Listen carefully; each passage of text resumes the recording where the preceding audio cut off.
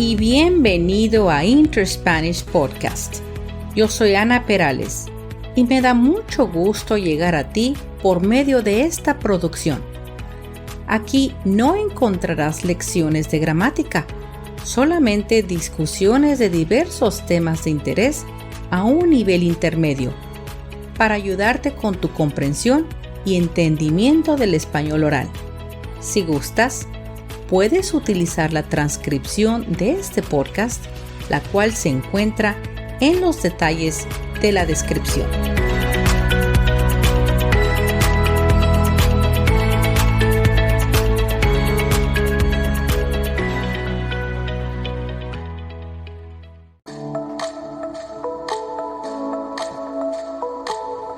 Hola, qué gusto nuevamente. Hoy vamos a caminar y dar un paseo sobre las calles del centro histórico de la capital de México. Mi ciudad natal, donde pasé una niñez inolvidable. Ponte unos zapatos cómodos y vamos, acompáñame. Caminar es la mejor manera de recorrer el centro, como lo llamamos sus habitantes, y es aquí donde existen varias rutas para transitar las calles, donde se puede apreciar muchos atractivos culturales y turísticos.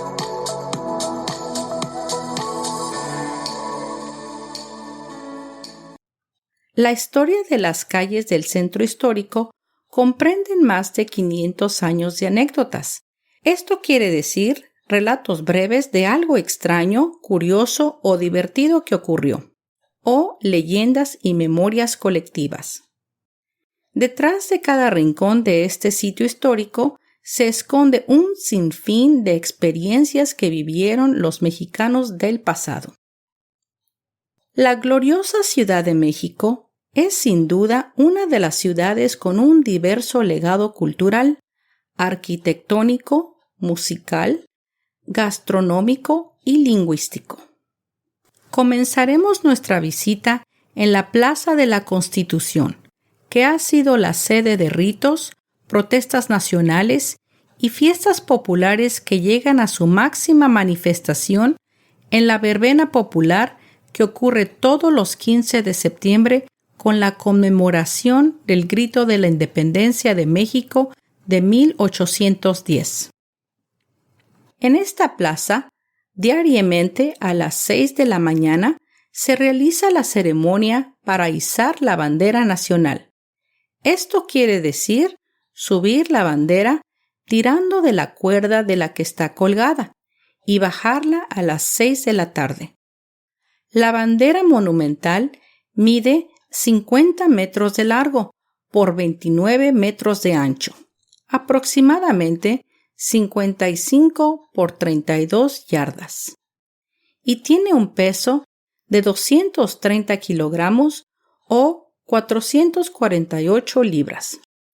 El asta mide 103 metros y pesa 120 toneladas. Si te lo puedes imaginar, es realmente una bandera monumental. También, en la Plaza del Zócalo, casi todo el día se pueden contemplar las danzas aztecas prehispánicas. Estas danzas son actos rituales con movimientos corporales acompañados de música rítmica producida principalmente por instrumentos de percusión.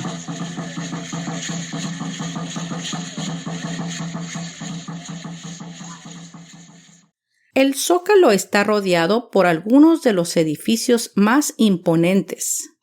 En su lado oriente, el Palacio Nacional, edificado en el sitio donde estuviera el Palacio de Moctezuma.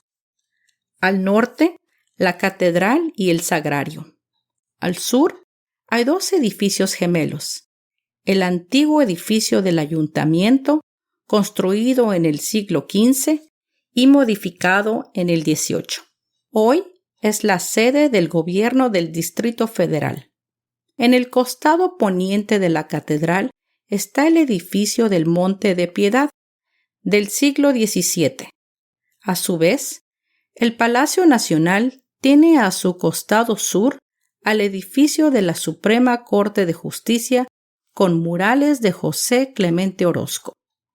La Plaza de la Constitución tiene su origen en la explanada de la Ciudad de México Tenochtitlán. Actualmente es conocida como el Zócalo.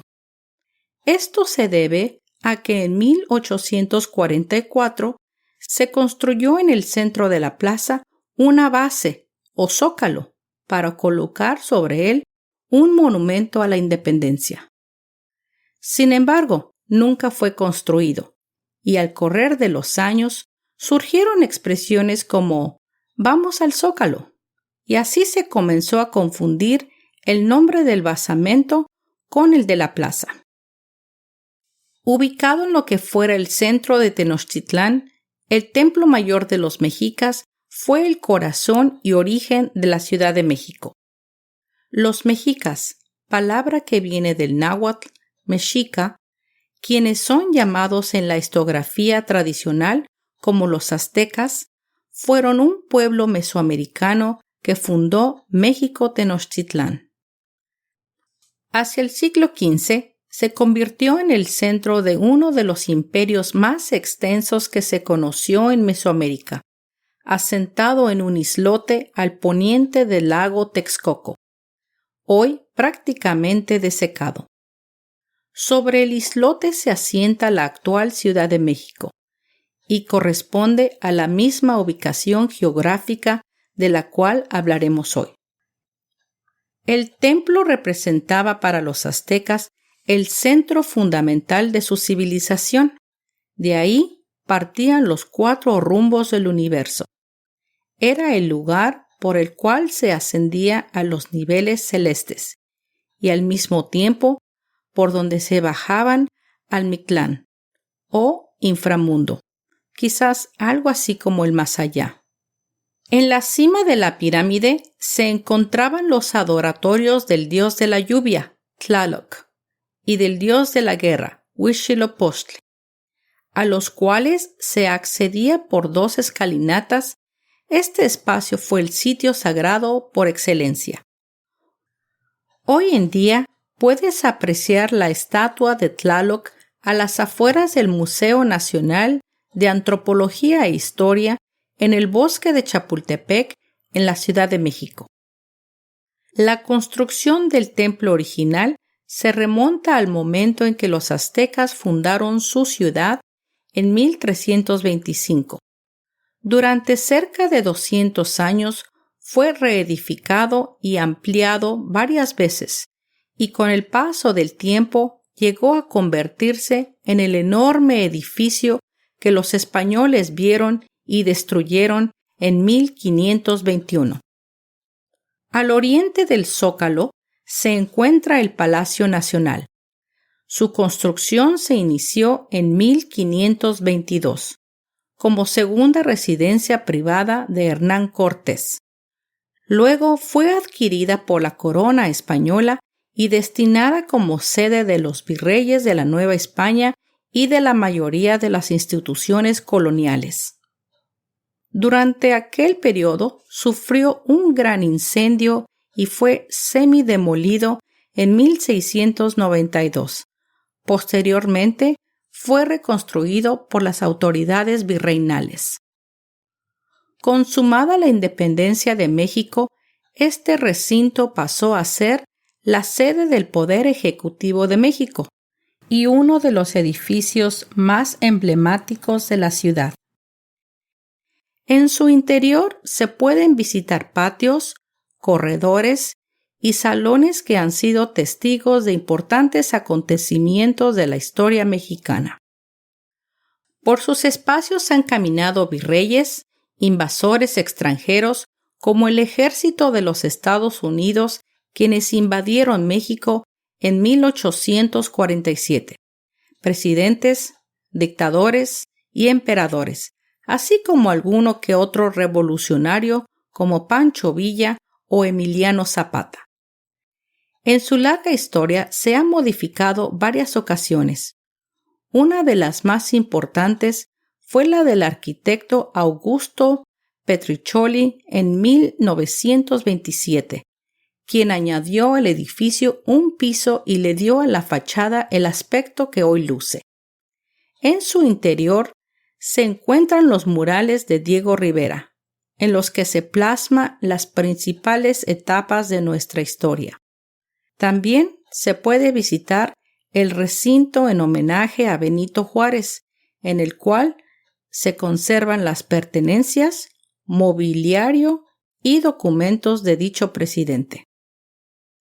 Actualmente es la sede oficial de algunas dependencias de gobierno para actos de protocolo y las tradicionales celebraciones del Grito de Independencia y del desfile militar del 16 de septiembre. Al norte del Zócalo se encuentra la Catedral Metropolitana, considerada como una joya de la arquitectura colonial.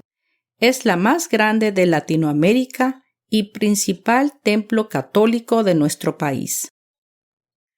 La conquista de Tenochtitlán por Hernán Cortés dio lugar a la construcción de una primera iglesia sobre el lugar del Templo Mayor de Tenochtitlán, lo que ya era un templo dedicado al dios Quetzalcóatl, que significa serpiente emplumada, quien es uno de los más importantes dioses de la cultura mesoamericana, a veces considerado la principal divinidad de la mitología mexica.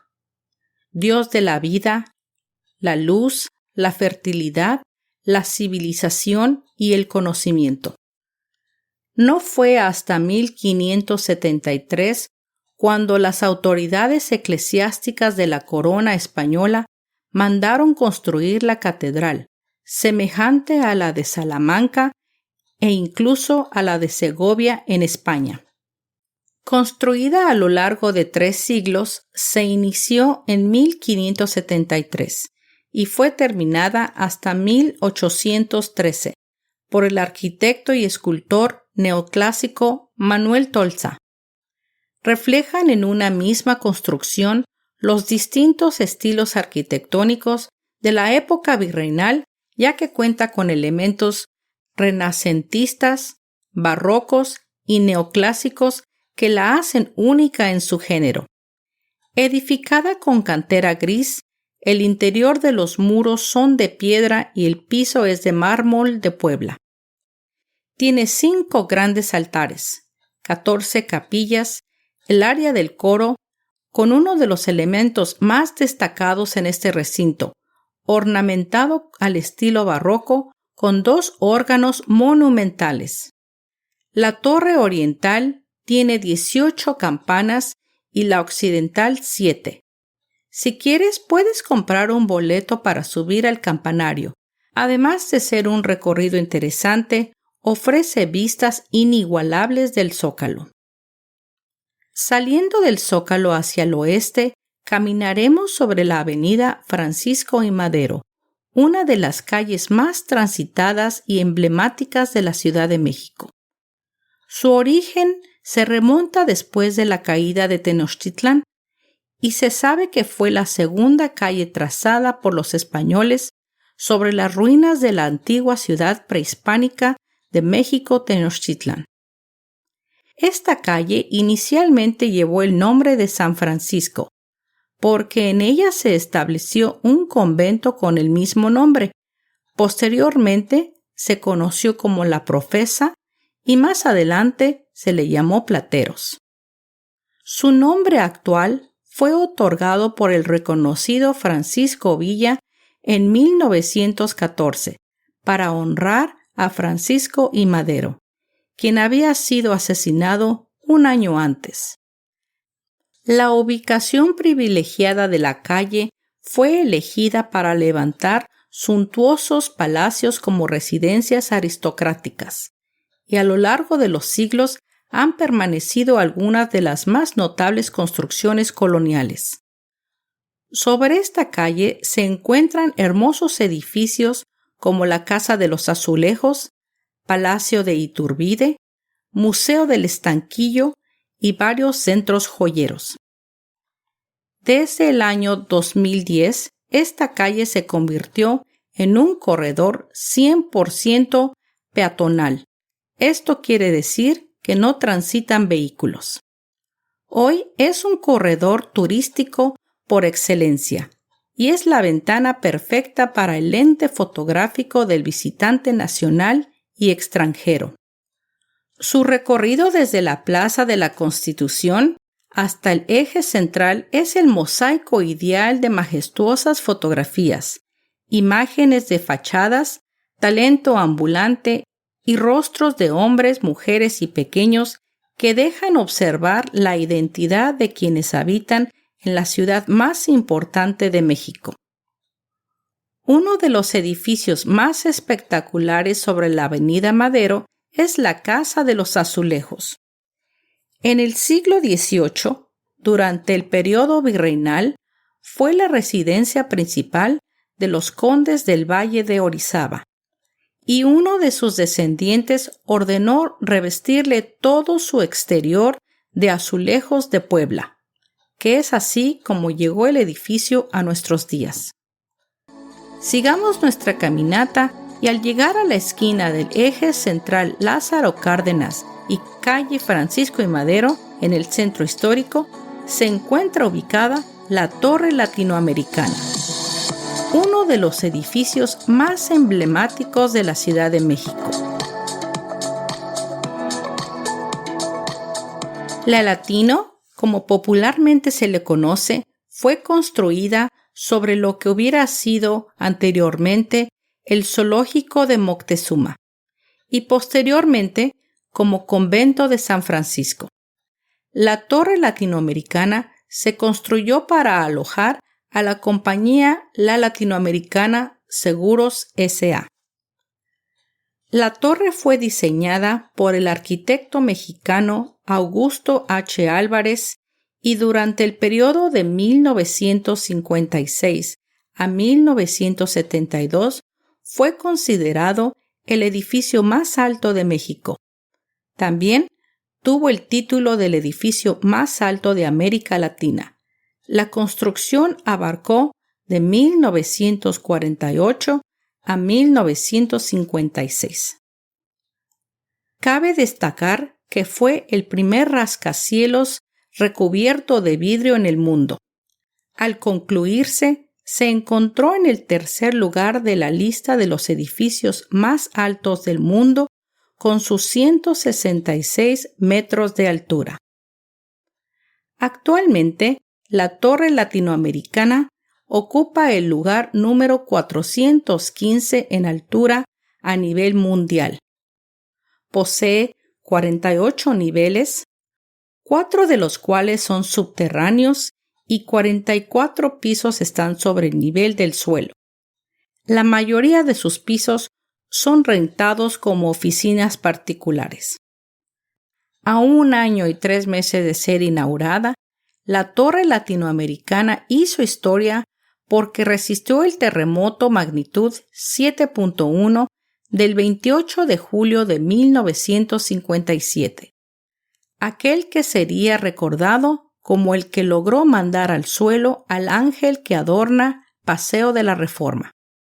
Ahora, 60 años después, la Torre Latinoamericana ha sido testigo de varios terremotos en la Ciudad de México de varias magnitudes, y mientras decenas de edificios a su alrededor se han colapsado, la torre solo ha sufrido daños en uno que otro vidrio de los primeros pisos y algunos desprendimientos en muros falsos. Ahora nos cruzaremos la calle y directamente en contraesquina de la Torre Latinoamericana visitaremos el majestuoso Palacio de Bellas Artes, un recinto cultural que es considerado el más importante en la manifestación de las artes de México y una de las casas de ópera más renombrada del mundo. Este ha sido escenario y testigo de importantes acontecimientos, tanto artísticos como sociales y políticos. Su construcción se inició al final del mandato de Porfirio Díaz, con motivo de la celebración del centenario del inicio de la independencia de México. Sin embargo, fue concluido e inaugurado hasta el 29 de noviembre de 1934, debido a la Revolución Mexicana. Originalmente, en 1900, el ingeniero mexicano Gonzalo Garita y el arquitecto italiano Adamo Boari presentaron sus planes del proyecto a las autoridades con el fin de ampliar y remodelar el Gran Teatro Nacional. Pero por decisión gubernamental, dichos proyectos cambiaron por completo y se decidió construir un nuevo edificio totalmente, y así se dio la orden de demolición del Gran Teatro Nacional. En 1987, el Palacio de Bellas Artes fue declarado por la UNESCO como Monumento Patrimonio de la Humanidad. Bueno, pues ya cansados de nuestro recorrido, vayamos a descansar un poco en la Alameda Central, la cual por su antigüedad se clasifica como el más antiguo jardín público de México y de América. En 1592 se inspiró en la Alameda de Hércules de la ciudad de Sevilla, España. Desde hace 400 años, esta alameda es parte del paisaje urbano de la Ciudad de México. Cuando la ciudad se comenzaba a trazar en el siglo XVI, durante la época colonial, el virrey Luis de Velasco ordenó crear un parque para darle belleza a la ciudad y que al mismo tiempo sirviera de lugar de recreo para los habitantes de la capital de la Nueva España. Principalmente la clase aristocrática, quienes gustaban cada vez más lucir y ser reconocidas por su elegancia. El nombre de Alameda se debe a la gran cantidad de árboles álamos que se sembraron al límite de las actuales avenidas Hidalgo y Juárez, que más tarde se sustituyeron por sauces y fresnos. Después de un periodo de decadencia y descuido, Felipe V solicitó que se construyeran varias fuentes, así como la siembra de nuevos árboles.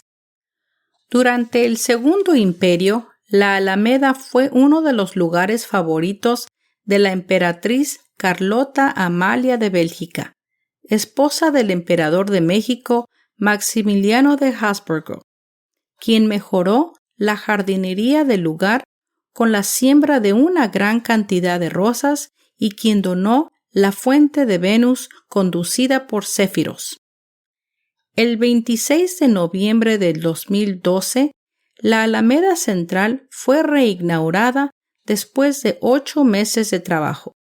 La remodelación incluyó la mejoría de los parques, la plantación de nuevos árboles y la restauración de fuentes y del hemiciclo a Juárez.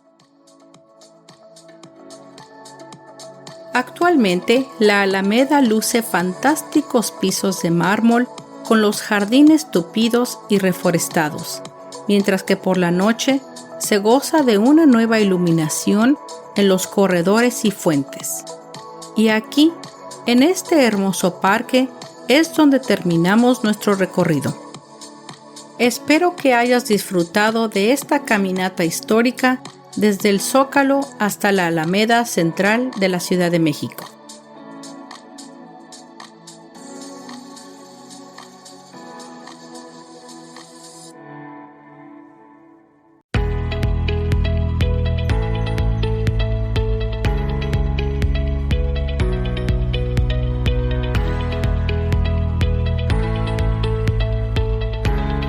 Hemos llegado al final de este episodio y quiero agradecerte el que me hayas prestado tu atención y escuchado hasta el final. Yo espero que hayas disfrutado de esta narración y quiero invitarte a que entres a mis redes sociales de InterSpanish. Ahí encontrarás más información y algunas fotos sobre los episodios. También puedes comentar, hacer preguntas y comunicarte conmigo. También quiero invitarte a mi nuevo canal de YouTube, donde podrás no solo oír los episodios, pero también verlos. Son como una especie de mini documentales. Son pocos, pues voy empezando, pero creo que te van a fascinar. Suscríbete, hazle like y comenta y dime qué piensas para que pueda mejorar el canal. Yo te lo voy a agradecer. Si gustas, también me puedes enviar un correo electrónico a interspanishpodcast@gmail.com. Espero me acompañes al próximo episodio de Interspanish. Hasta pronto.